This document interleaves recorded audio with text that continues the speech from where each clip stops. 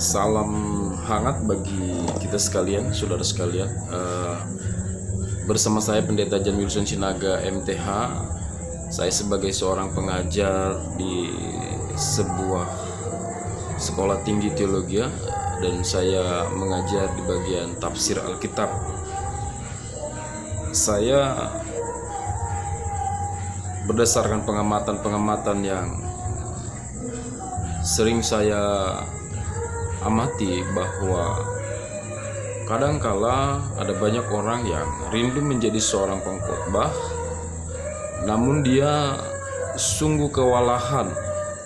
Dia kewalahan dalam hal apa? Misalnya ketika dia akan menyampaikan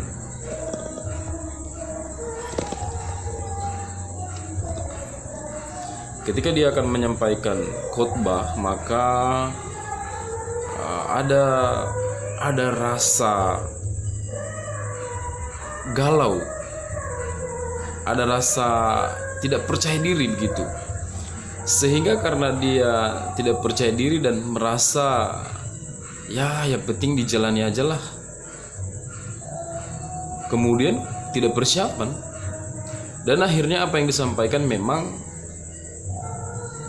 hanya kulit-kulitnya saja kalau istilahnya kita bilang.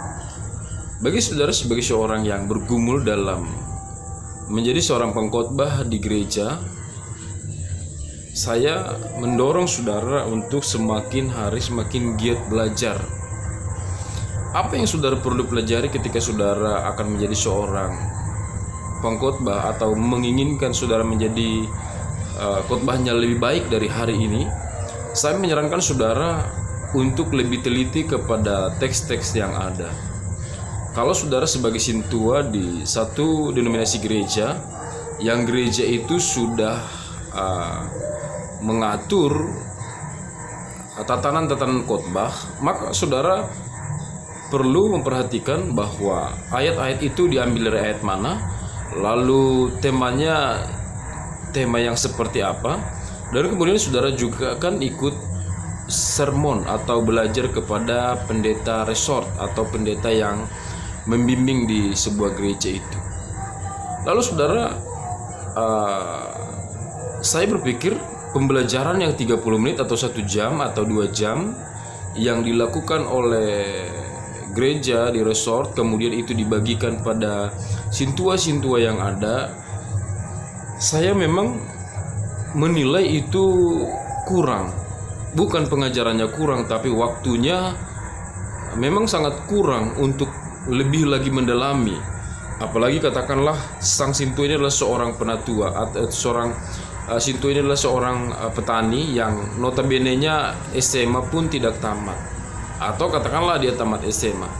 Lalu dia akan dipercaya memberitakan firman di hadapan 50 orang atau 100 orang atau 200 orang dengan latar belakang pengetahuan yang serba minim.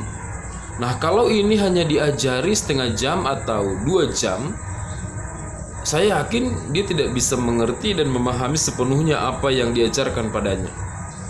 Sehingga saya menganjurkan kepada saudara, jika saudara menjadi seorang sintua di suatu gereja dan saudara menginginkan pelayanan saudara lebih maksimal, saya sarankan saudara lebih banyak membaca buku lagi, buku-buku rohani, buku-buku yang berkaitan dengan isi khotbah.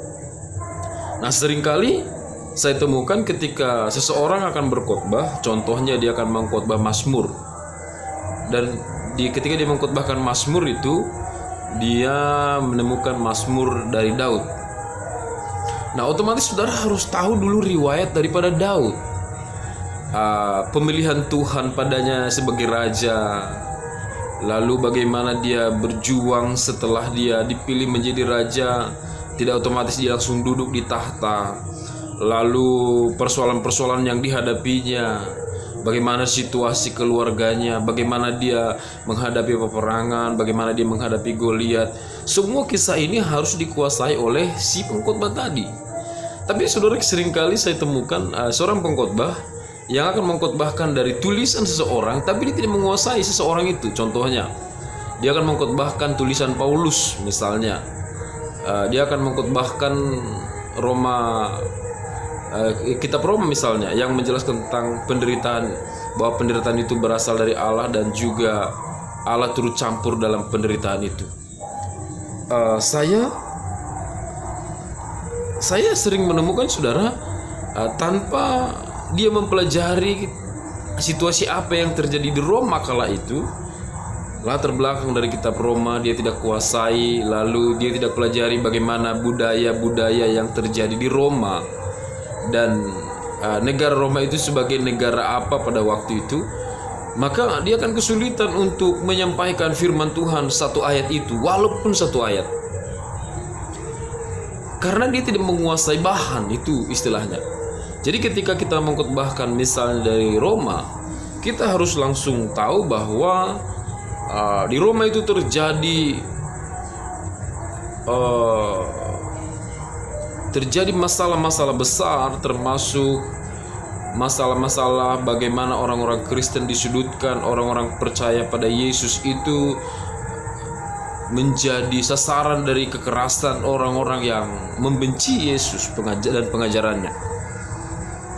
Apalagi yang terjadi di Roma? Di Roma terjadi pembakaran atas orang-orang Kristen, pengikut-pengikut Kristus.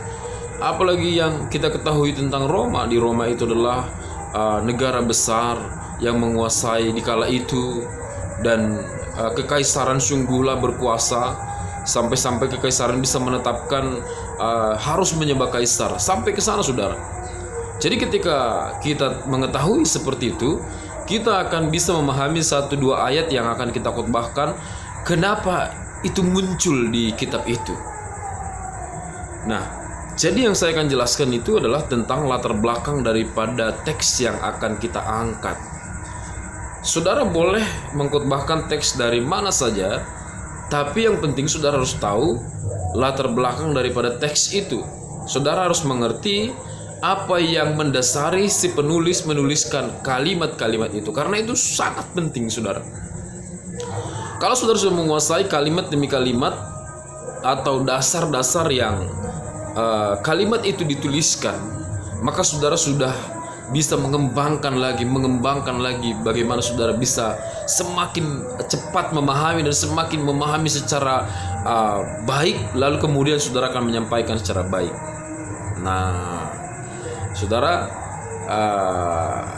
ada rumus seperti ini. Mengapa orang-orang misalnya ketika dia akan berkhotbah, dia bingung, dia linglung, ketika dia akan khotbah justru hilang semuanya pas di saat 1 jam atau 10 menit sebelum dia naik mimbar. Kenapa? Itu jawabannya adalah kurang persiapan. Mungkin saudara berkata bahwa saya sudah persiapan kok, beberapa hari sebelumnya dan beberapa jam sebelumnya saya sangat-sangat persiapan. Tapi saudara boleh koreksi sejauh mana saudara persiapan, dan setiap kali saudara khotbah apakah saudara memang benar-benar memang persiapan, atau hanya di 1-2 kali saudara persiapan lalu setelah itu saudara tidak persiapan lagi. Karena saking bingungnya kadangkala si pengkhotbah, maka ketika dia akan berkhotbah di minggu depan, nggak tahu dia apa yang mau dipelajarinya, sehingga biar aja situ mengalir aja, nanti pas aku di atas mimbar saya pasti tahu apa yang saya ucapkan. Nah, sehingga saudara ketika dia sampai di atas mimbar dan sudah pegang mic dan kemudian melihat orang-orang, maka dia semakin bingung apa yang mau disampaikannya. Lalu kemudian dia akan sampaikan pengalaman A, pengalaman B, pengalaman C yang tidak ada kaitannya dengan tema khotbah itu. Ini membuat sebuah lelucon saudara. Dan saya percaya si pengkhotbah juga tidak puas dengan apa yang sedang dikerjakannya. Padahal si pengkhotbah itu sedang mengabarkan kabar baik bagi orang-orang. Si pengkhotbah itu sedang mengabarkan hal-hal yang berkaitan membangun seseorang. Tapi ketika si pengkhotbah tidak persiapan benar-benar saudara, maka si pengkhotbah itu akhirnya akan merasa kecewa juga dengan dirinya. Kenapa aku nggak bisa mencapai nilai yang tinggi ketika aku mengkhotbahkan firman pada orang lain? Nah, disinilah pentingnya kita terus belajar mengupgrade diri, memperbaiki diri kita, lalu banyak membaca buku-buku. Mungkin saudara juga mengalami misalnya tentang bagaimana saudara bisa kehabisan kata-kata saat di mimbar. Nah, itu biasanya terjadi karena Anda atau saudara kurang membaca buku. Jadi ketika saudara banyak membaca buku, saudara kan banyak kosakata yang tersimpan di memori kita. Mungkin saudara berkata, saya sudah sangat berat untuk membaca buku, saya langsung ngantuk dan langsung tidur. Saudara mungkin harus dengar banyak khotbah dari pendeta-pendeta yang saudara anggap bisa membangunkan saudara untuk lebih semangat dan juga lebih menaikkan potensi saudara sebagai seorang pengkhotbah. Jadi ketika saudara khotbah, jangan anggap sepele dengan apa yang saudara emban. Karena ada banyak orang bertobat secara tiba-tiba ketika dia dengar khotbah.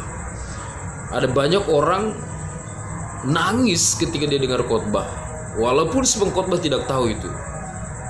Nah, itu yang membuat saya mengatakan bahwa si pengkhotbah itu salah satu adalah ujung tombak untuk memberitakan, untuk mengabarkan kabar baik, mengabarkan Injil.